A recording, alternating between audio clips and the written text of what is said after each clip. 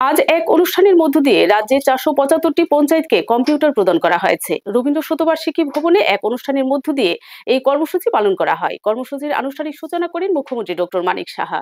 আজ রবীন্দ্র শতবার্ষিকী ভবনে পঞ্চায়েত দপ্তরের উদ্যোগে এক অনুষ্ঠানের মধ্য দিয়ে রাজ্যের পঞ্চায়েতগুলিতে ৪৭৫টি কম্পিউটার এবং পুরস্কার বিতরণ করা হয়।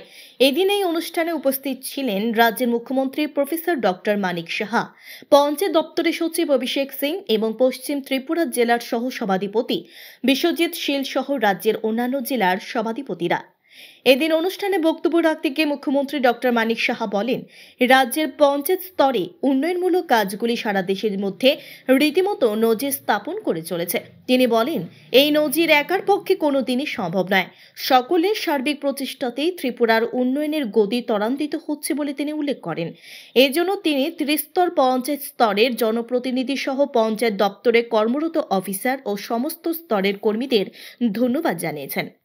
আমার মনে হয় যে মাননীয় প্রধানমন্ত্রীজির জন্মদিনে 17ই সেপ্টেম্বর আমার পোর্টাল, আমার সরকার, এই পোর্টালটা এটা যুগান্তকারী উদ্ভাবন আমি বলবো। এবং সেটা যখন আমি দিল্লিতে গিয়ে মুখ্যমন্ত্রীর কনক্লেভে আমি রাখলাম, আমার সরকারে ভূয়সী প্রশংসা মাননীয় প্রধানমন্ত্রী করেছেন।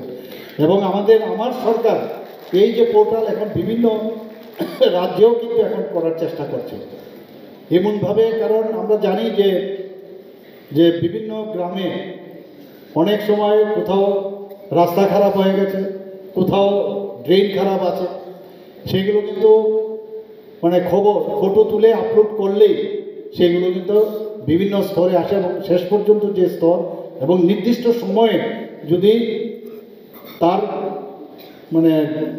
সলিউশন না হয়, সেটা মুখ্যমন্ত্রী এবং আমাদের চিফ সেক্রেটারি লেভেলে আসে।